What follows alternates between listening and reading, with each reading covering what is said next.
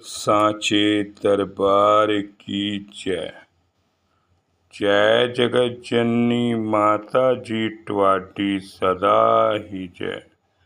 बोल मेरे दिल वाली सरकार की जय। सिया राम सिया राम सिया राम सिया। सात संगत जी, आज 16 सितंबर है। आज मेरी जगत जननी माँ की पुण्यतिथि है। आइए माँ के बारे में ही कुछ कहूँ। ओ माँ, तेरी याद आती है, तेरी याद मुझे बहुत सताती है। माँ, ये पता नहीं क्यों मुझे बहुत सुलाती है। बस तेरी याद आती है माँ। मैं जब ना था समझ, तेरे साए में था पला। जब हुआ मुझे समझ, तू से दूर हो खड़ा।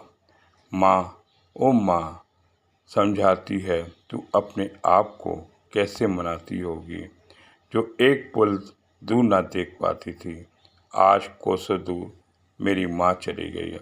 ओ माँ, मुझे तेरी बहुत याद आती है। सात संगत जी, 16 सितंबर रविवार का दिन 2018।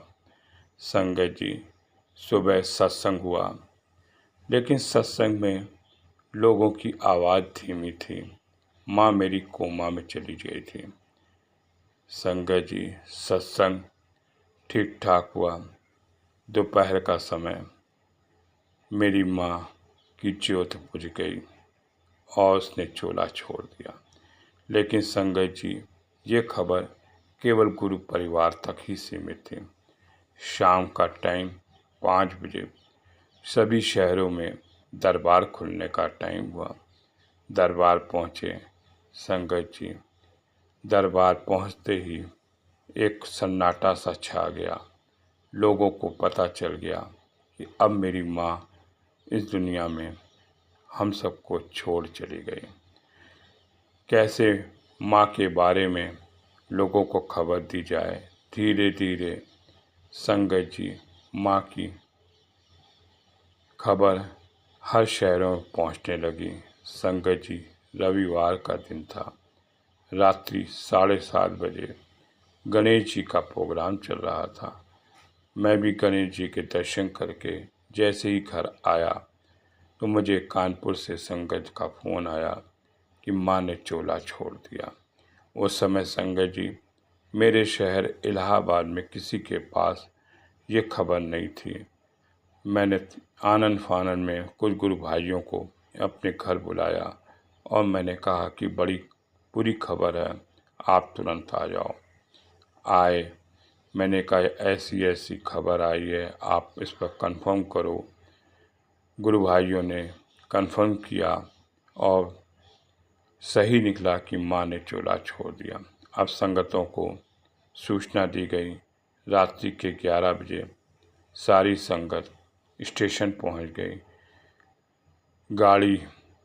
एक गाड़ी आई संगत जी, वो मेरे हजूर की इतनी कृपा थी। उस संगत जी, उस गाड़ी के डिब्बा जबलपुर में कटना था, स्पेशल डिब्बा लगा हुआ था। वो खाली डिब्बा था। सारी संगत 50 से 60 उस डब्बे में बैठ गई और जबलपुर के रवाना। माँ का दर्शन मुझे नहीं होना था, क्योंकि संगतों का हर शहर से फ़ोन आ रहा था कि संगत इलाहाबाद होकर बाईपास होकर जाएगी, कुछ बस से आएगी, कुछ अपने साधन से आएगी। संगत जी, वो रात मैं ना सो पाया। संगतों की सेवा करने के लिए, चाय बिस्कुट के लिए मैं पूरी रात संगत जी, जहाँ जहाँ संगत आती रही वहाँ वहाँ उनको देता। मुझे माँ के दर्शन नहीं हुए।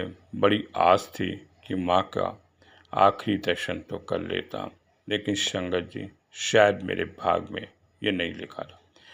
संगत जी, 16 सितंबर के बाद एक 16 अक्टूबर आती है। वही दिन संगत जी, डेट वही। सुबह 4 बजे अमृत वेले में मेरे को एक सपना आता है कि मुझे कुछ आँखों में पट्टी बांध के कुछ ले जा रहे हैं गुरुभाई। पता नहीं कहाँ, जंगल की ओर कहाँ लेके जा रहे हैं। जब पट्टी खुलती है तो माँ जगत जननी बैठी होती है। मैं माँ को दंडवत प्रणाम करता हूँ। माँ कहती है कि बेटा सेवा करते रहो, तू दर्शन नहीं कर पाया मेरे, मैं तेरे पास आई, तेरे को दर्शन दे गई। तो किसी की गुरु भाई की निंदा ना करना और मैं तेरे साथ हमेशा रहूँगी। वो माँ मुझे दर्शन देना था क्योंकि मैं पहुँच नहीं सका था।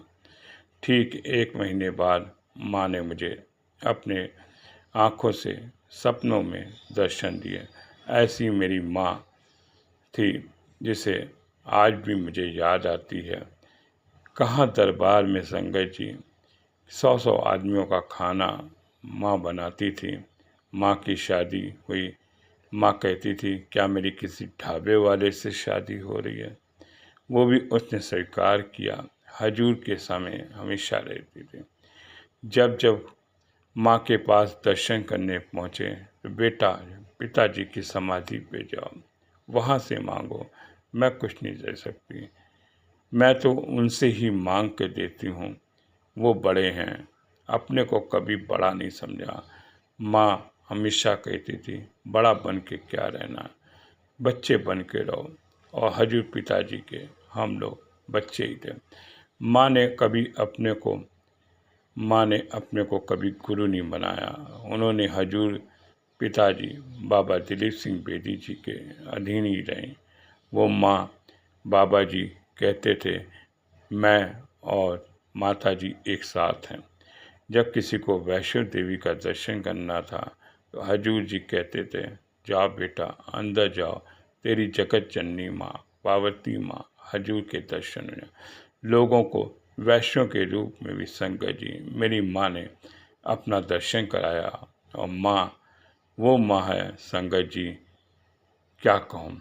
आज संगत जी कहने को कहता हूँ कि एक गुरु भाई का बहुत ही बुरा एक्सीडेंट संगत जी 2000 में हो गया। संगत जी जबलपुर के पास नरसिंहपुर में उन्होंने डॉक्टर को दिखाया, किसी तरह से आराम नहीं आया, कोमा में चले गए। डॉक्टर ने कहा इनकी जान नहीं है, तब भी वो नागपुर में एडमिट किया। तब माँ के पास खबर पहुंची। माँ ने कहा ये हजूर की धूली ले जाओ, इनके शरीर पे मल दो। संगत जी जो कोमा में थे उनकी हजूर की धूली मलने से ही संगत जी उसके अंदर जान आ गई और 2 साल बाद संगत जी उसका इलाज चला और दर्शन दिए। वो माँ जो हजूर से मांग के देती थी, वो माँ मेरे जो पर्दे करती थी, वो माँ जो गुरु भाइयों के गलतियों का एहसास करती थी। संगत जी वो माँ कहती थी एकता ही सब कुछ है, इकट्ठे होके रहो। संगत जी फैजाबाद दरबार में संगत जी एक लेडीज़ गूंगी थी, भजन भी नहीं बोल पाती थी। माँ ने उससे 2 शब्द पढ़वाए और बोलने लगी। माँ के बारे में क्या लिखूं, कुछ समझ नहीं आता। माँ के दर्शन संगत जी मैंने भी किए, मुझे भी बहुत ही मौका मिला माँ के दर्शन करने के लिए। माँ के पास जब पहुँचा, माँ कहती थी ऐसे तेरे जैसे बच्चों की मुझे बहुत ज़रूरत है। बेटा जो मांगना है पिताजी से मांगो। आज माँ की पुण्यतिथि है। संगत जी क्या लिखूं, रोना आ जाता है। ए माँ तू चली गई। संगत जी आज भी माँ की पुण्यतिथि में उसी समाधि में हजूर जी के साथ उसके कुछ अंश डाल दिए गए और माँ की समाधि परम पूज्य पिताजी के साथ ही है। माँ ने के लिए अलग से कोई समाधि नहीं बनाई। वो कहती थी जो है मैं हजूर जी के साथ ही हूँ, पिताजी ही हैं और पिताजी के साथ ही उनका अंश उसी में है। आज उस समाधि में संगत जी जबलपुर में हम मत्था टेकते हैं, वहाँ माँ भी है, पिताजी हैं। आज माँ की पुण्यतिथि में कुछ समझ नहीं आता, क्या लिखूं, आंसुएं भर जाते हैं, रोना आ जाता है कि माँ तुझे क्यों छोड़ चली गई। माँ की याद हमेशा बनी रहेगी। आज संगत जी उनकी पुण्यतिथि पे उनको बहुत बहुत नमन करते हैं। बोल सांचे दरबार की जय। जय जगत जननी माता जी ਤੁਹਾਡੀ सदा ही जय। बोल मेरे दिल वाली सरकार की जय। सिया राम सिया